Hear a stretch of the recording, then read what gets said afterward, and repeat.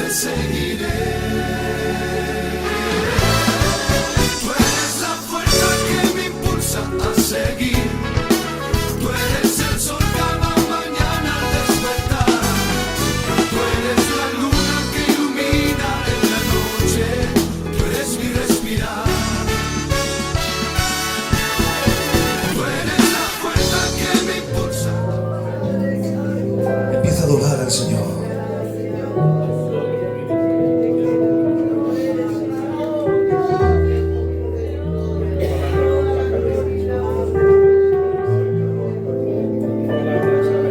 Adora al Señor.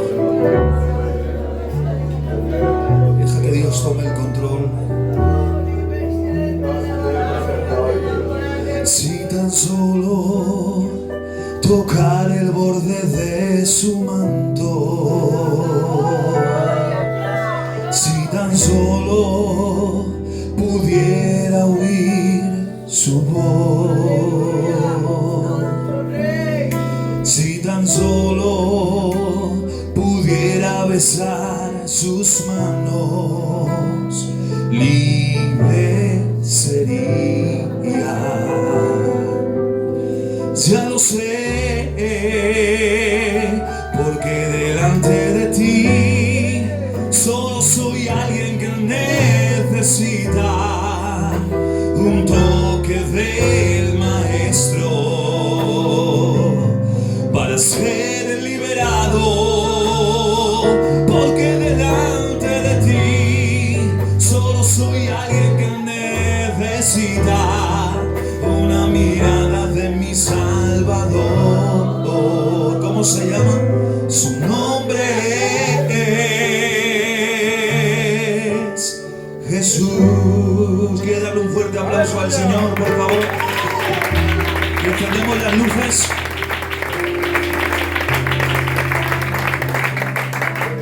Bien, que Dios os bendiga mucho. Para mí es un placer estar en medio de esta iglesia que he venido varias veces y he disfrutado. Amén. Un saludo a todos en el nombre de Jesús. Gracias al pastor por permitirme administrar hoy. Y cómo no, gracias a Dios, porque Él nos ha traído en bien y Él ya tenía planeado este culto. Amén. Amén. Y antes de hacer nada, creo que algunos ya me conocen, lo suelo hacer siempre. Desde el minuto uno, que siempre que me levanté para el Señor, hace ya unos cuantos años, Yo entiendo que es Dios quien ministra el púlpito, quien toma los siervos. ¿Qué tal si a Él le damos un fuerte aplauso?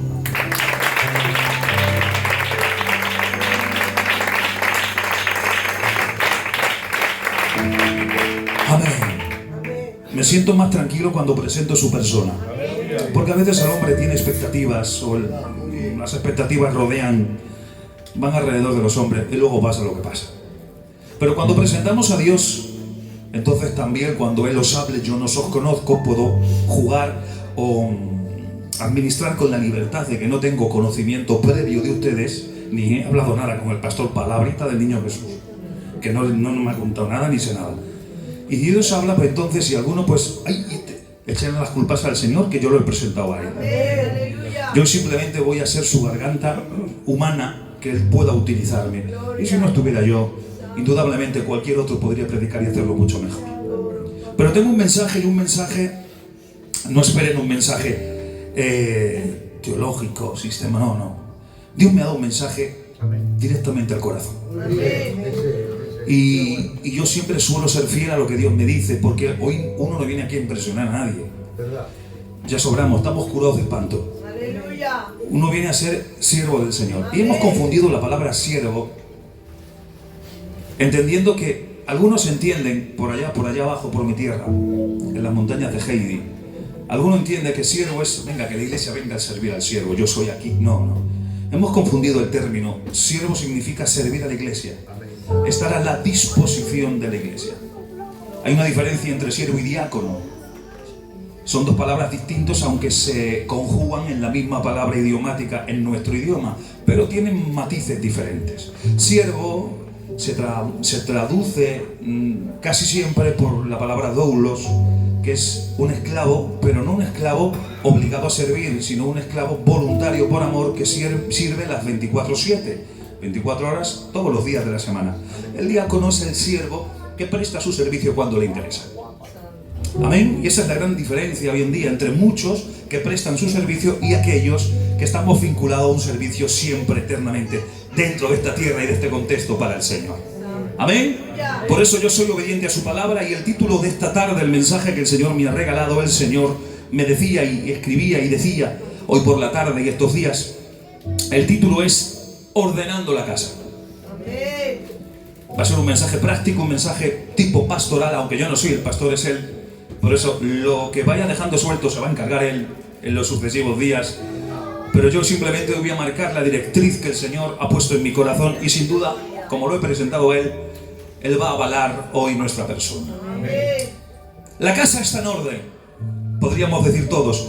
Siempre veo hábitos, y somos cristianos, pero también somos gitanos. Amén. Siempre con un respeto máximo. Voy a intentar usar las palabras más finas posibles para no afectar ni confrontar a nadie. Y si hay alguna palabra que se me pueda escapar por mi torpeza, discúlpenme. Voy a intentar ser lo más educado posible. ¿Por qué? Porque esto se necesita una ética ministerial. No todo siervo puede predicar como le dé la gana y usar las palabras que quiera. Existe una ética ministerial que todo siervo tendríamos que tener. Y hay palabras que, aunque están escritas, se deben omitir, dependiendo del contexto de la iglesia que está escuchando. Hay expresiones, comparaciones que no se pueden usar porque no entran en la ética ministerial en un púlpito. Pero bueno, eso sería una lección diferente para ministerios. Amén. Pero a nivel de iglesia, con mucho respeto, voy a hablar siempre con mucho orden. Y si hay una palabra que a lo mejor yo diga habitual en mi lenguaje y no suene bien, disculparme, y luego me lo decís y yo la cambio para no cometer el error en ningún sitio más de lo que esté predicando. Pero desde el máximo respeto a la iglesia, que es la amada de Cristo. La iglesia es la amada de Cristo. Amén. La casa está en orden, podríamos decir todos, pero en realidad cuando Dios mira nuestras vidas, en lo personal, cuando Dios mira nuestro hogar, en lo personal, quizás no está nuestra casa tan en orden como creemos. Y empezamos a ver algún desorden en aspecto matrimonial o en la educación de nuestros hijos, y sin ir más lejos, quizás en nuestra forma de comportarnos dentro de la membresía. Esto no es un mensaje en el cual vaya a chillar mucho, voy a intentar hacerlo muy ameno, pero vamos a compartir. Lo que sí necesito es tu oído espiritual y circuncidado para que esto lo apliques cuando salgas a la calle. Necesitamos entender que si Dios no ordena nuestra vida, vamos a pagar un alto precio. Si no empezamos a vivir ordenadamente, vamos a pagar un alto precio. Y para eso vamos a ir a la palabra. Yo puedo preguntaros, ¿por qué se desordena nuestra vida? Hay aspectos, áreas, ahí afuera y en lo personal, que pueden desordenar nuestra vida. Sí. Y yo os voy a nombrar algunas de ellas con ejemplos bíblicos para poder iluminar y abrir un poco el contexto de lo que nosotros tenemos que entender. A veces la vida se desordena por las malas amistades que tenemos. Enfocada más en la juventud, y a lo mejor alguno que no es tan joven. Las malas amistades que tenemos pueden desordenar nuestra vida espiritual, porque pueden influenciarnos aquellos de quienes a veces nosotros nos rodeamos. Un ejemplo bíblico lo tenemos en el gran rey por antonomasia, Roboam, Primera de Reyes capítulo 12. Roboam, hijo de Salomón, hijo de un sabio, hijo de uno que tuvo un talento, que es Salomón. ¿Qué es lo que pidió? Conocimiento, inteligencia o sabiduría. ¿Qué es lo que pidió? ¿Sabiduría? ¿Por qué quien tiene conocimiento pero no sabio para la toma de decisiones en lo personal? Pero hay quien es sabio, no tiene conocimiento, pero es sabio en la práctica diaria de lo que vive y vive como una persona sabia. Pues aún así, naciendo Roboam en el seno de un hombre rey, su padre Salomón, con un talento innato que Dios le había regalado, un don, él desatendió el consejo de los ancianos y siguió el consejo de los jóvenes. Siguió el consejo de sus compañeros de milicia, de con los que había flirteado con el pecado en el mundo. Siguió el consejo de aquellos que posiblemente en la arrogancia de su juventud dijeron: no le hagan más caso al pueblo, imponle más fuerza, tú eres el rey. Y se dejó influenciar por las amistades de su presente, pero esas amistades le buscaron la ruina, porque el reino se dividió. Porque hay amistades que pueden romper tu casa. Hay amistades que pueden desordenar a tus hijos. Hay amistades que pueden hacer que pierdas el encuentro con el Señor en las tardes, en la iglesia, en el culto, con tu pastor, con tus ministerios, con tu iglesia. Hay amistades que aunque quizás sean familia, pero no son de las que tú te tienes que rodear. Porque pueden desordenar tu familia. Salomón, el padre del mismo, el padre de Roboam anteriormente, se dejó, a pesar de su sabiduría, se casó con mucho respeto a los hábitos con muchas mujeres extranjeras. Y las mujeres extranjeras los que hicieron fueron desviarlo para que adorase a los dioses extranjeros. ¡Ay, Dios mío! Es que hay amistades de los que nos rodean que nos halagan, nos alejan de nuestra fidelidad a nuestro Dios y nuestro Señor. Y empezamos a hacer cosas que no tendríamos que hacer. Empezamos a mirar lo que no tendríamos que mirar. Empezamos a hablar como la palabra no demanda que hablemos. Empezamos a escuchar lo que no tenemos que escuchar. Y acabamos inmensos en un problema que estabiliza nuestra vida para el pecado y para el mal. Que Dios nos ayude en esta tarde a saber de quiénes nos rodeamos. Las personas con las que pasas el tiempo hoy día, en estos días, ¿te has parado a pensar si te acercan más a Dios o te alejan de Él? Santo, aleluya. Porque si te acercan, mantente, son buena compañía. Pero jovencitas, si te alejan, cuidado. Es que es mi prima, es que es mi hermana, que da igual, que la familia es la familia siempre. Pero tu consenso, tu intimidad, rodéate de la influencia que está canalizada por el Espíritu Santo. Pero ¿qué puede también aparatarte o desordenar tu vida? El exceso de trabajo. A veces tenemos un exceso de trabajo creyendo que nuestra ciudadanía está aquí en la tierra. Y nos anclamos a vivir una vida temporal. Y el día tiene 24 horas y invertimos las 24 horas para el trabajo, para el negocio y para los asuntos personales. Y para Dios, bueno, la hora y media que el Señor nos regale en el culto y ya está. El exceso de trabajo puede desordenar tu estabilidad espiritual. Puede desordenar tu casa. Ahí tenemos dos hermanas en la casa de remanso de paz para Jesús, Marta y María y Lázaro. Jesús, cuando quería descansar, iba a la casa de Lázaro, Marta y María, con los que había conocido desde pequeño. Posiblemente había jugado e interactuado mucho con ellos. No iba a predicar, supuestamente, no iba a exhortar ni a hacer nada, simplemente iba a descansar. Solo que en una tarde, que la Biblia registra, hubo una conversación porque aquel que es de Dios, Cristo, que es Dios, Él seguía hablando de lo que es bueno y de lo que es suyo. Y una de ellas, María, ¿no?, es la que estuvo escuchando atentamente la enseñanza que Jesús hubiese dado en ese momento, en el contexto íntimo y personal, que la Biblia no dice. Porque cuando tú invitas al Señor a que viva dentro de tu ámbito, de tu familia, va a tener contigo conversaciones privadas que nadie sabe, que nadie conoce y que no están escritas. Te va a enseñar desde la cercanía y desde la intimidad. Solo que hay quien en la misma casa, hay gente que está ocupada más en sus quehaceres que en la intimidad que Dios tiene en lo personal. Por eso a veces dentro del contexto de las iglesias hay muchas Marías y Marios que están en la iglesia, en la intimidad, a los pies del maestro, escuchando lo que Dios quiere. Y cuando salen de la puerta para fuera del culto, salen restaurados, salen confortados. ¿Por qué? Porque hay una palabra de bien para contigo que el Señor quiere.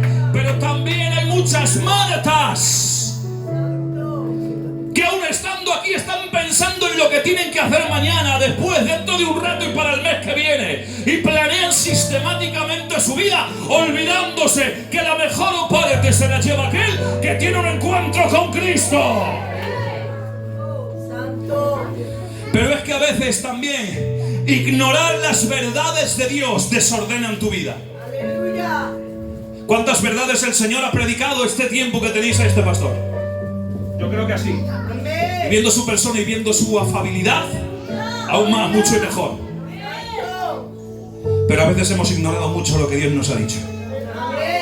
Y aquí, qué bien, y me subo como la Coca-Cola, subo hasta arriba, pero cuando salgo sigo pensando en el mismo pecado que había dejado antes de entrar. E ignoro las verdades de Dios. Saúl desobedeció. Vete, destruye a todo Amalek. Hubo una verdad que se le había marcado qué tenía que hacer, pero ¿qué hizo Saúl? Ignoró la verdad de Dios. Una directriz que Dios le había marcado. ¿Cuál es el resultado? Ustedes ya lo saben. El profeta Jonás ignoró una verdad que Dios le había revelado. Vete a Nínive. Vaya consecuencia. Que es que a veces nos vemos nosotros como Jonás, introducidos dentro de un lugar que no queríamos estar, con un problema que no hemos buscado o que no queríamos, pero la toma de nuestras decisiones nos ha llevado a estar en un problema 2, 3, 4, 5 días, un mes. ¿Por qué? Porque he ignorado la verdad que Dios me había marcado y mi vida se ha desordenado. A veces vienen desórdenes en lo personal, en tu casa y en tu ambiente, porque hemos ignorado las verdades de Dios y nos hemos ido al lugar contrario al que Dios ha marcado. Que Dios nos ayude. Que necesitamos directrices que Dios nos marque en la palabra. Y para eso os voy a dar algunas directrices que aparecen en Isaías capítulo 18. Isaías capítulo 38, no 18, 38. Este pasaje aparece 3 veces en la Biblia, en Reyes, en Crónicas y en este relato mismo de Isaías. El rey Ezequías fue uno de los 4 reyes buenos que tuvo Judá. Ustedes saben que el reino se dividió con el ejemplo que he puesto de Roboam, en el reino del norte y en el reino del sur. Pues en el reino del sur, de los 4 reyes buenos que tuvo Judá, este fue uno de ellos, Ezequías. Dios lo encuentra en la mitad de su vida, en su momento de esplendor, y a través del profeta Isaías le dice: ordena tu casa porque vas a morir. Ay, Dios mío, vaya explosión de frase. Uno nunca sabe lo que le va a pasar mañana, no podemos controlar las cosas. Uno no tiene el futuro de mañana garantizado. Posiblemente, ¿cuántos creen en la inminencia del arrebatamiento de la iglesia? ¿Cuántos creen que Cristo puede venir en cualquier momento? A ver si así me entienden mejor. Y digan un fuerte amén. Eso se conoce como la inminencia de su venida. No hablamos de rapto porque a mí el Señor no me rapta, a mí el Señor me arrebata. Y el Señor en cualquier momento nos puede arrebatar. Es una promesa que tiene la iglesia.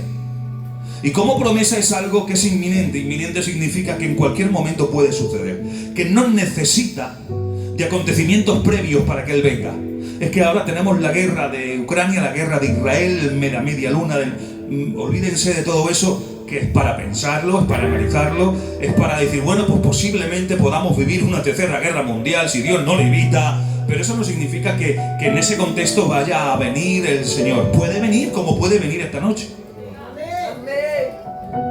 Porque esa es la inminencia de su venida en relación con la iglesia en el arrebatamiento. Por eso, nadie sabe lo que va a pasar mañana. Por eso tienes que vivir hoy en orden con el Señor. Este buen rey que buscaba el corazón de Dios se enfrenta con la soberanía de Dios. Vas a morir. En su mejor momento, en lo esplendor de su momento, el Señor le dice: vas a morir. ¿Te has parado a pensar que en tu mejor momento, cuando mejor estás, el Señor demande de ti algo? Algo que quizás te duela, algo que quizás diga, no lo entiendo, Señor. Yo creo que aquí el rey Ezequías tuvo una confrontación personal. ¿Cuál fue la reacción de Ezequías? Dice la Biblia que él se volvió contra la pared y empezó a orar y a recordar la intimidad que había pasado con el Señor. Vas a morir. ¿Y por qué voy a morir, Señor? Si ahora estoy haciendo todo bien. Si he quitado todo lo que estorbaba en la religiosidad y he vuelto a llevar al pueblo a tu adoración. No lo entiendo, y levanto el puño contra eso. No hizo eso Ezequías. Ezequías se volvió, oró con el Señor, habló con Él en oración y empezó a recordar los buenos momentos que había vivido con Él. Santo, aleluya. ¿Qué ejemplo nos deja el Señor por medio de este pasaje en esta tarde? Que vamos a rescatar de ahí, vamos a intentar entresacar de este pasaje varias directrices que vemos en la palabra que sirven como ordenantes en la tuya y en la mía para poder ordenar y mantener nuestra casa y nuestra iglesia en orden. Cuando le dice ordena tu casa, no se está refiriendo a su familia, porque en este momento todavía Ezequías no tenía hijos. Luego le da el Señor un hijo más adelante llamado Manasés, que fue uno de los peores reyes de Israel. Vaya contraste. Sin embargo, Manasés tuvo un hijo que se llamó Amón, que también fue un mal rey. Pero Amón tuvo un hijo que se llamó Josías, que a los 20 años trajo un gran avivamiento para la nación. Es que Dios tiene historias individuales para cada uno. Amén. Dios trata con cada uno en lo personal. No le está diciendo ordena tu casa y hace referencia a su familia porque no tiene descendencia en ese momento. El contexto hebraico de la palabra está haciendo referencia a su reino. Ordena las cuentas del reino. Ordena todo lo que tiene que ver con el reino. Déjalo en sucesión para con otro porque vas a morir. No había descendencia en ese momento. Es por eso que Dios tiene historias para cada uno. Vemos a Ezequías, vemos a su hijo, a su nieto, lo peor de lo peor, y vemos a su bisnieto, que es un hombre que a los 20 años empieza a reinar y Dios tiene un encuentro tan grande con él que viene un avivamiento a la iglesia. Yo te quiero situar en contexto, quiero hacerte pensar en esta tarde, que el mensaje sea un mensaje reflexivo, que entiendas que Dios quiere tener un encuentro y una historia personal contigo. Que dependiendo de tus acciones vas a determinar que tu casa se siga manteniendo en orden para con Dios, o la toma de tus decisiones puedan buscar alguna ruina que quizás tú no esperabas. Que Dios nos ayude. Es por eso que dentro de la multiforme gracia de Dios, Dios trata con cada uno de manera diferente. No esperes que Dios trate con usted como trata con vuestro pastor. No. Dios trata con cada uno de manera diferente, por eso a cada uno exige de forma distinta. Eso no significa que Dios haga acepción de personas y sea más importante mi persona que la de ustedes. No, para Dios somos iguales en ese contexto. Luego que hay afinidad en relación a la fidelidad de cada uno, porque en base a tu fidelidad, el Señor va a tratar contigo en lo personal y va a manifestar su multiforme gracia de Dios. La multiforme gracia de Dios la vemos en la revelación que Él da a las 7 iglesias de Apocalipsis. No a todas las iglesias se les revela de la misma forma. A Éfeso se le dice el que tiene las 7 estrellas en su mano derecha y se pasea en medio de los 7 candelabros. Pero es que resulta que a Éfeso ya no le dice lo mismo que a Esmirna. A Esmirna le dice el primero, el último, el que estuvo muerto y volvió a vivir. Y a Pérgamo le dice el que tiene la espada aguda de 2 filos. Y así sucesivamente a las 7, terminando con la Odisea, que le dice el amén, el testigo fiel, el verdadero, el principio de la creación. Dios tiene historias personales para cada uno de vosotros. Por eso todos cuando vienen a la iglesia no van a vivir de la misma forma el evangelio y el encuentro con el Señor, pero sí tienes que serle fiel al Señor. Tienes que empezar a tomar la directriz de la palabra para que sea Dios quien pueda promover tu vida a un futuro de gloria, a una estabilidad de bendición y que tu casa sea bendecida. Hay directrices a partir de la oración de Ezequías. Vamos a leerla. Isaías 38, 3 y 4. Oh Jehová, te ruego que te acuerdes ahora que he andado delante de ti y con integridad, íntegro corazón, y que he hecho lo que ha sido agradable delante de tus ojos. Y lloró Ezequías con gran lloro. Entonces vino palabra de Jehová. Antes de que esta oración de Ezequías se acabase, el Señor le manda a Isaías que se vuelva y le dice que le añade 15 días. 15 días no. Si fueran 15 días, más malo me pondría yo. O sea, me dices que me quedan 15 días, me dejas 15 días sufriendo. No, 15 años. Es que algunos confundimos mucho la palabra del Señor. Y el Señor te dice, mira, quiero que te quites eso ahora. Mañana no, ahora. Mañana no, ahora. Y confundí. Es que me ha dicho para la semana que viene, no, te lo está diciendo ahora. Mira, yo ya no aguanto más, Moisés. Quítame las ranas ya, esta plaga de ranas. Me levanto por la mañana, ranas en las zapatillas, ranas en las noches, ranas en los cazuelos, ranas en los... Tengo ranas por todos los lados. Por favor, quítame esta plaga. Y ahora, bueno, vamos a ver, dice Moisés, ¿cuándo quieres que te quite las ranas, las plagas? ¡Mañana! Pero vamos a ver, ¿no te estás quejando que aún quieres pasar una noche más con las ranas? Que hay cosas que el Señor determina que dejes ya. Que no esperes a mañana, que lo hagas ya. Por eso vamos a analizar esta oración. Dice, una frase de la oración: he andado delante de ti. Y aquí vemos que la primera directriz que el Señor nos enseña con la palabra es que necesitamos la presencia del Señor. Atención, la presencia del Señor. He andado delante de ti. Ezequías confió en la presencia de Dios cuando enfrentó la amenaza del ejército asirio, que oró y buscó a Dios, y Dios envió un ángel que destruyó 185.000 asirios. Él sabía: he andado delante de ti, porque la presencia de Dios da como resultado vivencias y experiencias espirituales. Aquel que está en la presencia de Dios tiene vivencias espirituales. Ha compartido intimidad con Dios en el plano de lo espiritual. Amén. ¿Y cuál fue el ejemplo? Que Ezequías experimentó la dirección de Dios y la fortaleza en medio del problema presente del cual él estaba viviendo. Ahora digo yo algo: vivencias espirituales.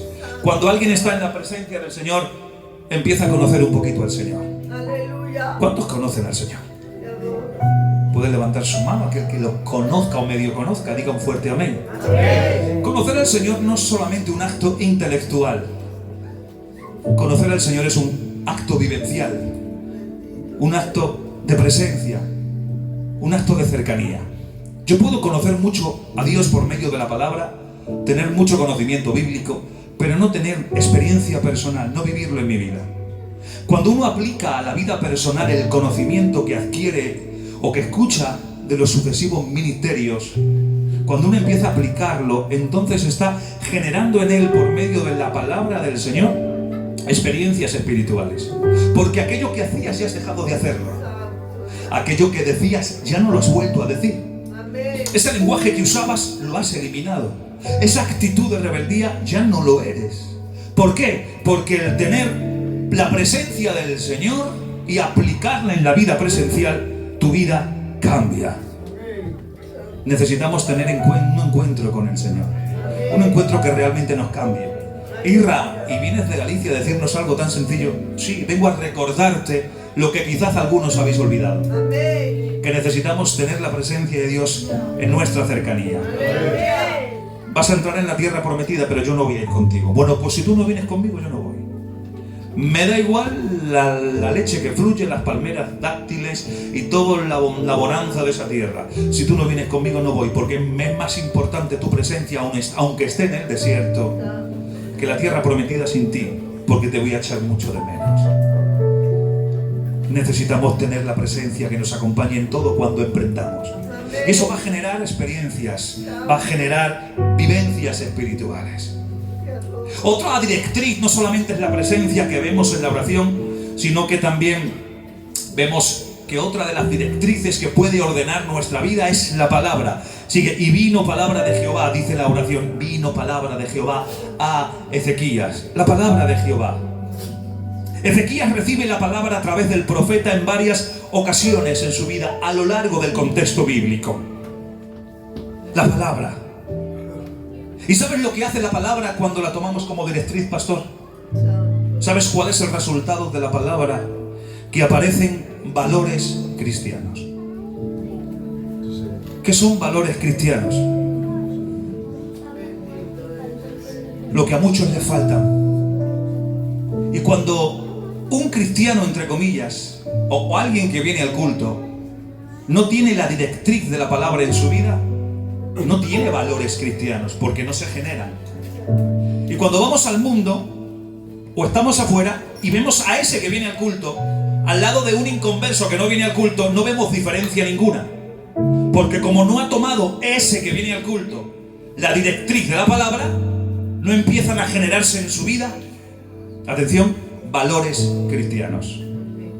¿Y cuál es el valor cristiano? Yo voy a contrastaros ahora algunos de ellos, el valor cristiano con el no cristiano, para que puedan entender qué es lo que genera la palabra. Cuando alguien toma la regla de la Biblia, de la palabra como directriz, nace en él un valor cristiano, la compasión. Y la compasión es lo contrario a la indiferencia. Un cristiano que tiene compasión muestra empatía y empieza a ayudar a los necesitados. Pero aquel que no es cristiano o aquel que no genera compasión, Gloria. que es indiferente porque no tiene la directriz de la palabra, es una persona que guarda rencor y tiene venganza. Gloria. Y el que guarda rencor y tiene venganza es porque no ha tomado la palabra como directriz. Porque la palabra va a generar en ti misericordia, va a generar en ti compasión. Y vas a tener empatía con los que están en la iglesia. Y cuando hay necesidad vas a estar en medio de la necesidad. Y cuando haya que estirar la mano vas a extender la mano. Y vas a bendecir. Eso es lo que genera que la palabra sea tu directriz. Van a hacer en ti un valor cristiano. Santo Rey. Aquel que tiene valor cristiano, porque la palabra es su directriz, también nace en él el perdón. Y el perdón es lo contrario contra el rencor. El cristiano que nace en él el perdón, perdona las ofensas, busca la reconciliación. Santo. Pero aquel cristiano que no es cristiano guarda rencor, mantiene actitudes de venganza. Que Dios nos ayude. Aquel que toma la palabra como directriz, nace otro valor cristiano, la humildad. Y la humildad es contraria al orgullo.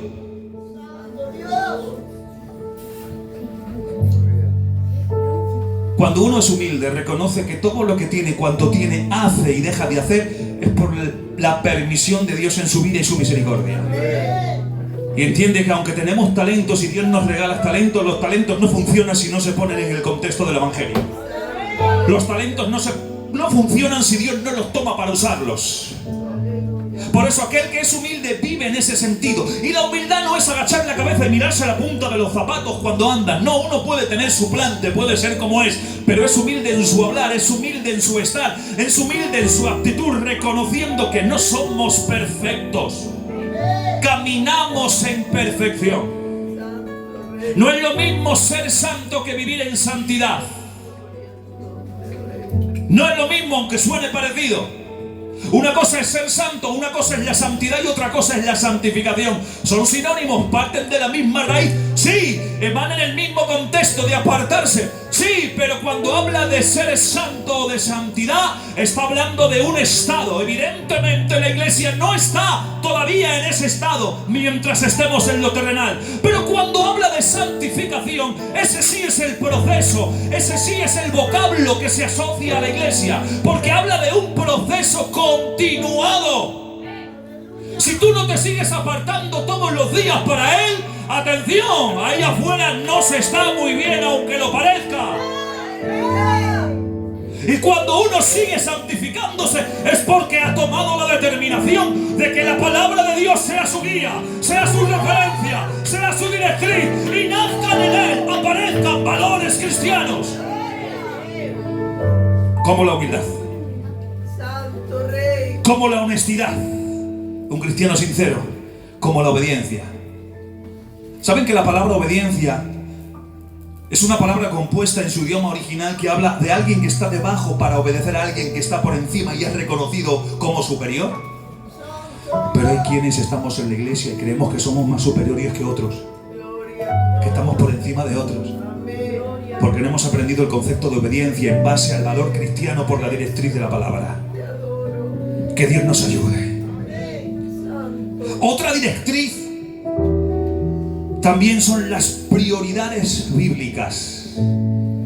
Sigue diciendo el texto de la oración de Ezequías: he hecho lo que ha sido agradable delante de tus ojos. Ezequías priorizó la obediencia a Dios y la pureza del culto en Judá, y derribó los lugares altos y destruyó las imágenes de Asera y restauró el templo. Priorizó las cosas de Dios. Aleluya. Cuando hay o ponemos prioridades bíblicas como directriz en nuestra vida, vamos a darle lugar primero a las cosas de Dios. Amén. Y luego vamos a invertir el resto del tiempo en lo que necesitemos del mundo. Pero tenemos que entender que la prioridad bíblica tiene que ver con darle a Dios lo primero. Darle lo más excelso de tu vida. Gloria. Darle lo mejor que tienes. Entregarle todo cuanto tienes. Santo Rey. Que cuando la nube se mueva, te muevas tú. Amén. Hay quienes toman la iniciativa de moverse antes que en la nube y son aquellos que mueren en el desierto. Gloria. Saben que la compañía o mejor dicho, los 40 años que estuvo en el desierto el pueblo de Israel, no fueron tanto de gozo, ¿eh? ¿Sabes que el ambiente que había alrededor del desierto en esos 40 años fue un ambiente de duelo? Fue un ambiente de lamento. Se estima, por cálculos, que todos los días durante 40 años había 86 entierros. Todos los días. La generación de 20 años para arriba, que por desobediencia de 10 personas influyeron en una generación entera. 86 duelos diarios. Por lo tanto, 40 años de compañía con duelo, con luto, con lamento. Por malas acciones, malas actitudes. Pero que aún en medio de la circunstancia que pueda estar viviendo el pueblo, también estuvieron y acompañaron los mayores milagros de la historia. Gloria a tu nombre. Amén. Prioridades bíblicas. Y cuando alguien tiene una prioridad bíblica o las pone como directriz en su vida, tiene una vida proyectada según la voluntad de Dios. ¿Y qué es una vida proyectada según la voluntad de Dios? Que no es lo que tú quieras, es lo que Dios dice. Amén. Que hemos hecho y hemos cogido el Evangelio y lo hemos adaptado a nuestra forma. Amén. Hemos dicho, bueno Señor, hay que hacerlo así, de esta manera y de esta otra. Y hemos quitado el liderazgo y la autoridad real, divina de Dios, y hemos hecho nosotros en la iglesia lo que queremos. El Evangelio lo voy a vivir a mi forma. Dice el pastor que no se haga esto, pero bueno, yo no lo veo tan malo. Y como yo no lo veo tan malo, voy a seguir haciéndolo. Y hemos adaptado, hemos bajado tanto el listón de la santidad que cualquiera es apto para todo. Aleluya. Actualmente estoy pastoreando una iglesia allá en Galicia. Una iglesia. Llevo 9 meses.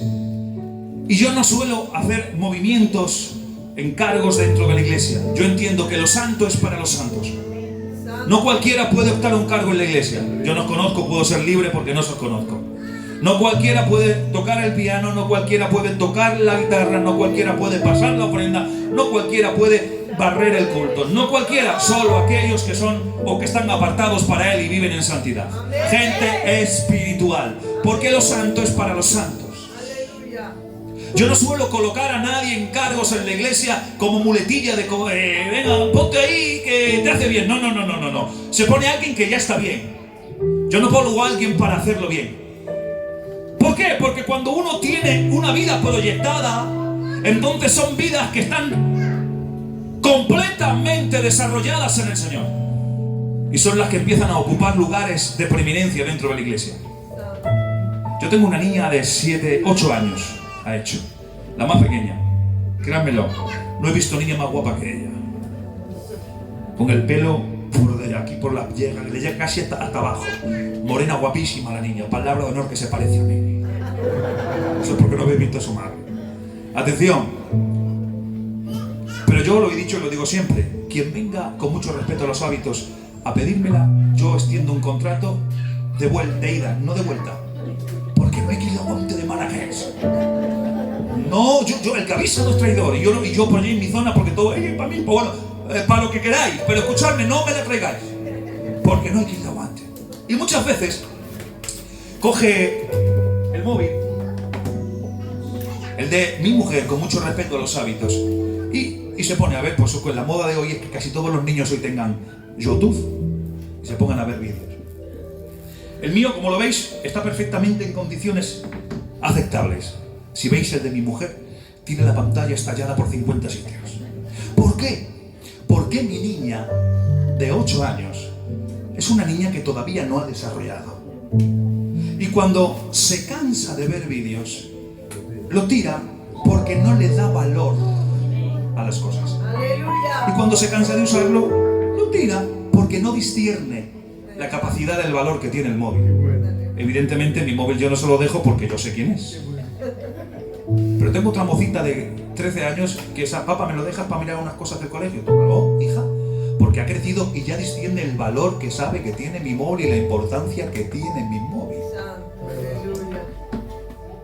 Os venía a hablar como a espirituales, dice Pablo, tenía el super mensaje, el más grande, el mejor, con matices escatológicos, espirituales, bueno, increíble. Me hubiera gustado ver el mensaje que Pablo tenía para la iglesia de Corintios, palabra de honor, que me hubiera gustado verlo, pero tiene que cambiar en el transcurso del viaje y decir, los venía a hablar como espirituales, pero tengo que hablar como a carnales.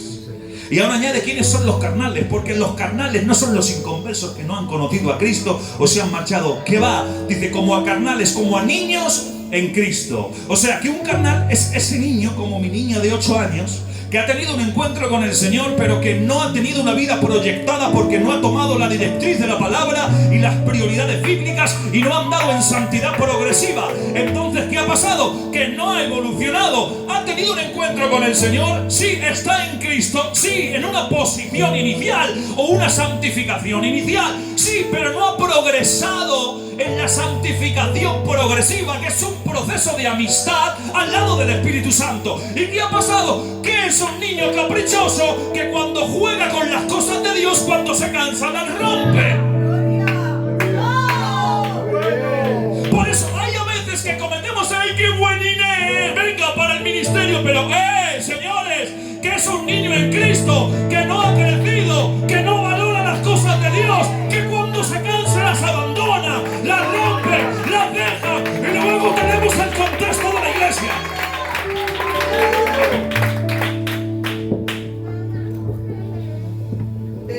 Sois niños en Cristo. Aún os peleáis, hacéis consenso, tenéis partidismos, unos de Pablo, otros de Apolos, otros de Silas, otros de que sois niños en Cristo. Y los niños en Cristo cometen muchos berrinches. Mi niña está, tengo hambre, y a toda hora está, tengo hambre. Y venga, y tengo hambre. Tiene muchos berrinches. Dice mi mujer, vamos a dejarla ahí, nos vamos a marchar. Vamos a dejarla ahí en la puerta de una iglesia y nos vamos. En plan de broma, pero no sé si lo dice de verdad. Porque nos da berrinches, como es la última. De 5 es la última. Nos da berrinches porque no ha crecido. Estoy deseando que sea mocita para que se le quiten los berrinches. A veces los pastores tenemos cada niño en Cristo en las iglesias que no andan en santidad progresiva. Por eso no tienen la capacidad de amar. Santo, aleluya, gloria. Por eso no tienen la capacidad de ser templantes. Por eso no tienen gozo aunque Dios esté bendiciendo sus hogares.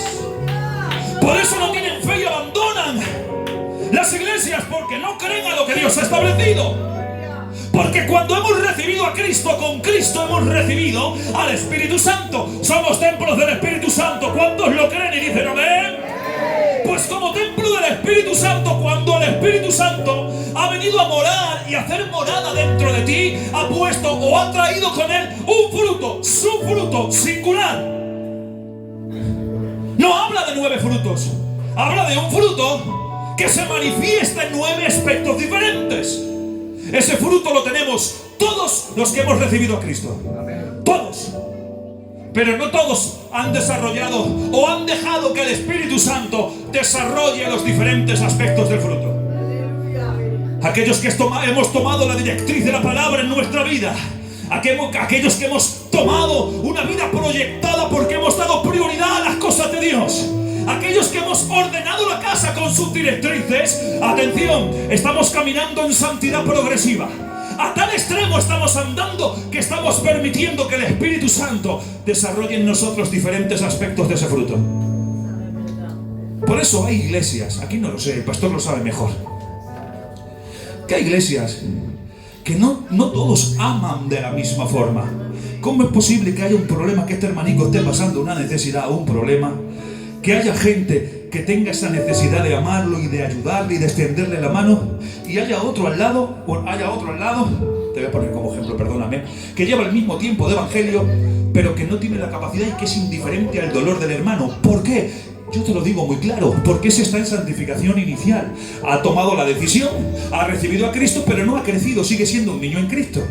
Y este ha tomado la decisión de lo ha recibido y ahora sigue andando en el Espíritu. Y en la medida en cómo andamos en el Espíritu, permitimos que el Espíritu Santo desarrolle ese aspecto de amar, de fraternidad, de amor, de gozo, de paz, de templanza. Y cuando termina los 9 aspectos, dice: contra tales cosas no hay ley. La palabra original se traduciría por: contra tales cosas no hay Torá. No existe Torá que pueda ajustar. No hay 613 preceptos que sobrepasen estos diferentes tipos de aspectos del fruto del Espíritu. Que Dios nos ayude en esta tarde a entender que nuestra vida espiritual tiene que ser proyectada, tiene que vivir en santidad. ¿Qué significa la palabra santidad o santo? Viene de un vocablo griego que es hagiasmos, de hagios, santo. Pero no significa que esa palabra es alguien que tiene alas. Yo no veo, con mucho respeto, ningún hermano que tenga alas. No significa que tenga alas y que vueles por todos los lados. Santo significa apartado para Dios, dedicarse para Dios. Esta botella que le ha comprado mi primo en Leiva estaba con las demás. Tenía un uso común. Estaba allí en la tienda del chino, ¿no ha sido? Estaba allí con las demás. Cuando el hermano la ha comprado, me la ha dado a mí y yo la he colocado aquí. Esta Biblia, este agua ha sido santificado, consagrado, apartado para mí. Sale del uso común y viene a ser útil en mis manos. Es diferente, ¿no? Es la misma composición, el mismo agua, el mismo tapón, la misma botella. ¿Cuál es la diferencia? Que esta ya no está con las demás. Ha sido apartada para mí. Eso es santidad. Eso es consagrarse. Eso es dedicarse. O sea, que esta ya no va a estar más con las demás. Esta solo es exclusiva para mí, a no ser que yo la comparta con otro. Nosotros somos exclusivos para Dios. Dios te quiere en santidad, consagrado para Él. Él no te comparte con el mundo. Si ya te tomó y te consagró y te dedicaste para Él, no vuelvas a ese lugar. No vivas como vivan los del mundo. Marca la diferencia. Sé contracorriente. Apártate, dedícate para Él. Eres exclusivo para el Señor. Él te quiere para Él. Es un Dios celoso en el término posible que dentro de la ontología de Dios pueda hacer que sea un Dios celoso. Ahí tenemos a un hombre llamado Sama. Sama, en su pequeño campito de lentejas, él viene a recibir la cosecha de lo que le ha costado trabajar durante un año, de trabajar en esa pequeña tierra. En ese momento él sale y todos los demás también salen, porque la ley está para todos, la ley de la siembra y de la cosecha. Pero en ese momento suenan las trompetas del ejército filisteo. El ejército filisteo viene. ¿Qué hace el pueblo? ¿Cuál es el primer sentimiento del pueblo? El pueblo huye, el pueblo se marcha.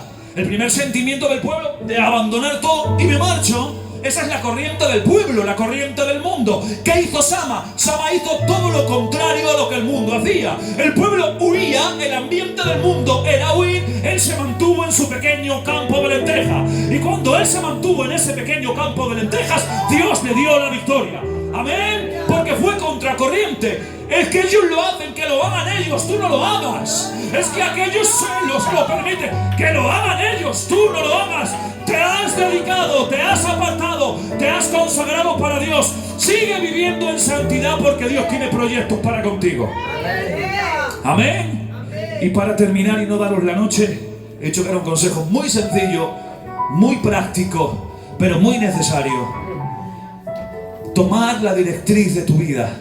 Que sea Dios quien te dirija con su palabra, con sus experiencias. Que vivas en santidad progresiva. Que evolucionemos, o mejor dicho, que pasemos por la mano del Espíritu, en la talladura del Espíritu, para dejar de ser niños en Cristo y seamos hombres maduros. ¿Para qué? Porque luego los niños en Cristo solo hay que darles la leche espiritual. ¿Y qué es la leche espiritual? La leche espiritual es lo que todo el mundo quiere escuchar. Dios te ama, Dios te quiere, delante que Dios está contigo. Eso es leche espiritual. Cuando alguien viene recién convertido, tú no puedes enseñarle los dogmas fuertes de la palabra.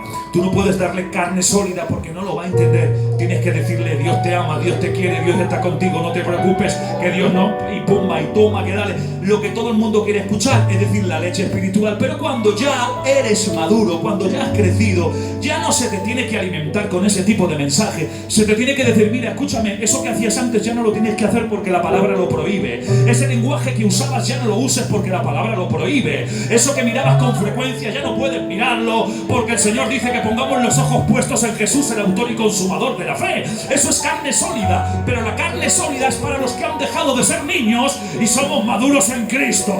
Amén. Por eso yo os animo simplemente de 1200 kilómetros para deciros: manteneros en esa santidad progresiva, sed amigos del Espíritu Santo, que cada día seamos mejores personas, mejores maridos, mejores hijos, mejores esposas, mejores siervos, mejores de todo. Cada día tenemos que ser un poquito mejor, porque vamos en aumento como la aurora. Amén. Dale un fuerte aplauso a Dios y que Dios os bendiga.